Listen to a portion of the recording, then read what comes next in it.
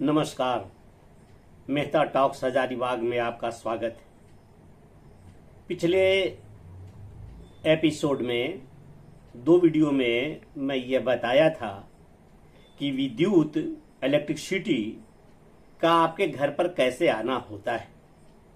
तो वो 3 ये ऐसे महत्वपूर्ण पड़ाव हैं। एक है जनरेशन और दूसरा है ट्रांसमिशन और तीसरा है डिस्ट्रीब्यूशन। इस प्रकार से बिजली आपके घर तक पहुंच गई थी और पहुंचती है। तो उन्हें बताने के क्रम में मैं यह बताया था कि जब किसी पावर स्टेशन पर 11 केवीए का उत्पादन होता ही है तो फिर उसको क्यों कर देते हैं 1,32,000 के वोल्टेज में स्टेप अप ट्रांसफार्मर के द्वारा, या फिर 2,20,000 ट्रांसफार्मर के द्वारा स्टेप अप करके ये भयानक वोल्टेज को बड़े बड़े ट्रांसमीटर टावरों द्वारा सप्लाई किया जाता है। ऐसा क्यों? यदि 11,000 वहां उत्पादित होता है पावर स्टेशन पर प्रोडक्शन पर, उसी 11,000 को हम ले आवे अपने घर के पास मोहल्ले में और डिस्ट्रीब्यूशन ट्रांसफार्मर से यदि ये सप्लाई दें तो 220 को हमको तो मिल ही जाएगा।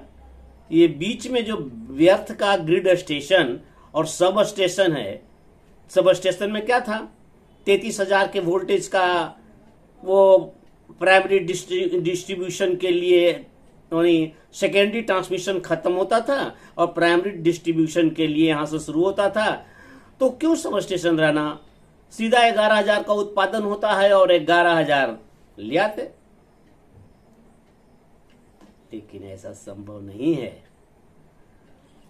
यदि पावर स्टेशन पर उत्पादित वोल्टेज 11,000 को यदि हम सीधा सप्लाई करने लगेंगे तो जानते हैं कितनी मुश्किलें आएंगी। लोड सेंटर नगरों में, बस्तियों में, सिंचाई में, कल कारखानों में, उद्योगों में, व्यवसाय में जो पावर कंज्यूम होगा वह पावर वोल्ट इनटू करंट, वाट जो है शक्ति वो होगा वोल्ट इनटू करंट। 60 वाट का बल्ब जलाते हैं तो वोल्ट इनटू करंट।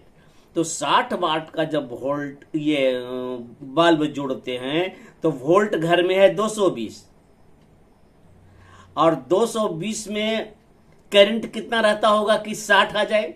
60 वाट का बल्ब है और वोल्ट है 220, ये तो जानते हैं। तो करंट चूंकि 220 एकदम निश्चित है ये वोल्टेज, तो ये 220 ये वोल्ट है तो करंट वो कितना ले रहा है बल्ब। तो हम क्या करेंगे, वी नो वाट बराबर वोल्ट इंटू करंट। यहाँ वाट बराबर 60, वोल्ट बराबर 220। तो फार्मूला से हम लिखेंगे वाट बराबर वोल्ट इंटू करंट। तो मान देंगे वाट का 60 बराबर 220 इंटू आई बराबर 60 भागा 220। यहाँ पर 60 को भाग देंगे 220 से तो आएगा कितना, 0.27 एम्पियर, जो बहुत ही कम है। इसको ध्यान में रखिएगा।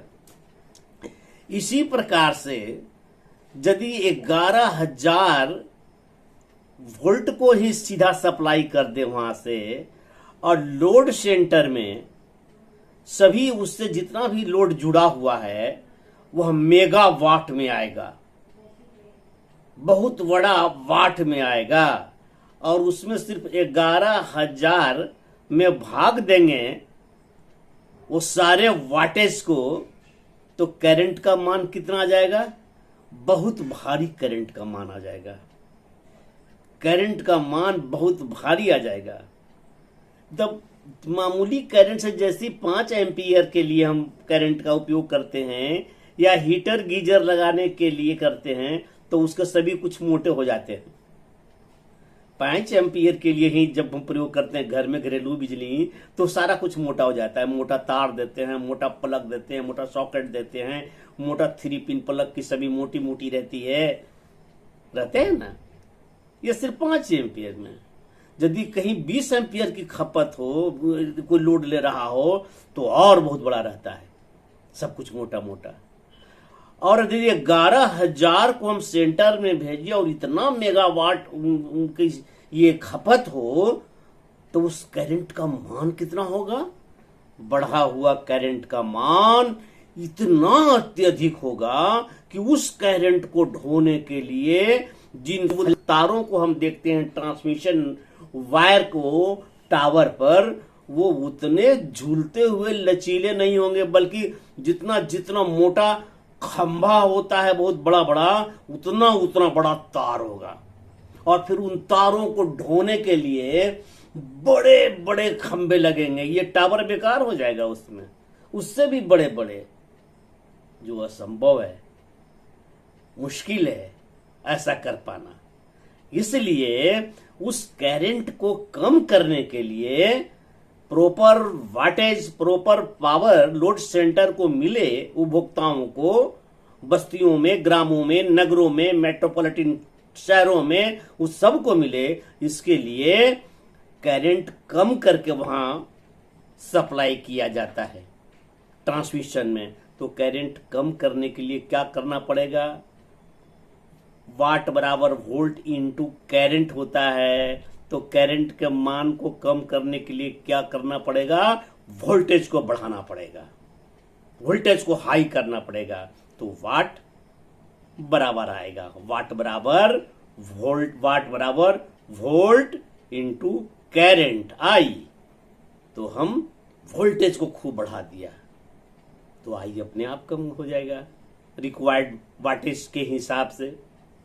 और इस प्रकार से ये आपका शक, आपका ये प्रश्न की जहां संभावना थी, वो प्रश्न समाप्त। और वो primary transmission, secondary transmission, primary distribution और सेकेंडरी डिस्ट्रीब्यूशन के माध्यम से बिजली आपके घर तक। और दूसरा प्रश्न रह गया था कि यह 11,11 का गुणांक में क्यों है? 11,000 2,20,000, तो 2,20,000 भी 11 दूनी 20, 11 दूनी 22 से कटने वाला है। 33,000, 11 तिया 33। हम देखते हैं 11 के ही गुणक में है। तो ये भी बड़ा आसान जवाब है, इसको आप बड़ी आराम से समझ जाइएगा। इसके समझने के लिए आप ऐसा समझिए कि एक वैज्ञानिक थॉमस एडिसन थे। थॉमस एडिसन जिन्होंने बिजली के बल्ब का आविष्कार किया था। तो बिजली के बल्ब के आविष्कार करते वक्त में उसके फिलामेंट को इस प्रकार से बनाया था कि वो 100 ये वोल्टेज ले, 100 वोल्टेज के लिए बनाया था। और इस 100 वोल्टेज की रेटिंग पर यदि बल्ब लगाया होल्डर में और कैलकुलेशन किया, तो देखा कि वो रोशनी में कुछ कमी आ रही है। 100 वोल्ट के बल्ब में जितनी रोशनी आनी चाहिए, वाट नहीं कर रहे हैं, वोल्टेज कर रहे हैं। वाट चाहे जो भी रहे, 100 वाट का है मान लीजिए, 100 वोल्ट है और 100 वाट है। तो 100 वाट में जितनी इल्यूमिनेशन होना चाहिए, जितने कैंडल ऑफ पावर की वो रोशनी होनी चाहिए, उतनी रोशनी नहीं है। तब कहा क्यों? तो पता चला कि कुछ वोल्टेज का लॉस हो जाता है इधर सप्लाई में, या ड्रॉप हो जाता है वोल्टेज किसी प्रकार से। तब उसने कहा कि तो 100 वोल्टेज पर काम करने के लिए हमको 100 का 10% हम और अधिक वोल्टेज का उत्पादन करें और अधिक वोल्टेज की सप्लाई करें, तो शायद ठीक हो। तो 100 वोल्टेज का 10% हो गया 110। तो इसी छोटी सी इकाई, छोटे से वो संख्या को हम लेकर के चलते हैं, तो 110 इट मीन 11 0। इसी तरह से 1000 हो गया, तो 1000 का कितना हो जाएगा? 11 1100 नहीं। और इसी तरह से आगे ये 10,000 का कितना हो जाएगा? 11,000।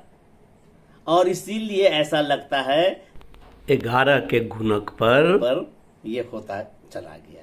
कुछ लोग कहते हैं पावर फैक्टर या किसी अन्य चीज पर भी उधर की जोड़े हैं लोग, लेकिन नहीं, वो गलत है। पावर फैक्टर ऐसा कोई भी फैक्ट नहीं है, ऐसा कोई भी तथ्य नहीं है कि जिसके वजह से ऐसा होता है। Power factor is the cosine of angle by which current Leeds और लैग्स। इससे इसका कोई संबंध नहीं है। अतएव इन दोनों प्रश्नों का उत्तर लगता है कि आप प्राप्त कर लिए हैं, मिल गया है। बहुत बहुत धन्यवाद। आप निश्चित रूप से लाइक कीजिए, आप कमेंट्स में दीजिए कि किन किन विषयों पर और अधिक हम डिलीवर्ड कर सकें, समझा सकें, समझाने में और क्या हमको करना होगा, आपको क्या कमी लगती है, तो शायद हम आपकी सेवा कर सकेंगे। तो सब्सक्राइब जिन्होंने नहीं किया है कर ले। बीच में विविध विषय भी दिया करेंगे, जैसा आप समझे वैसा करेंगे।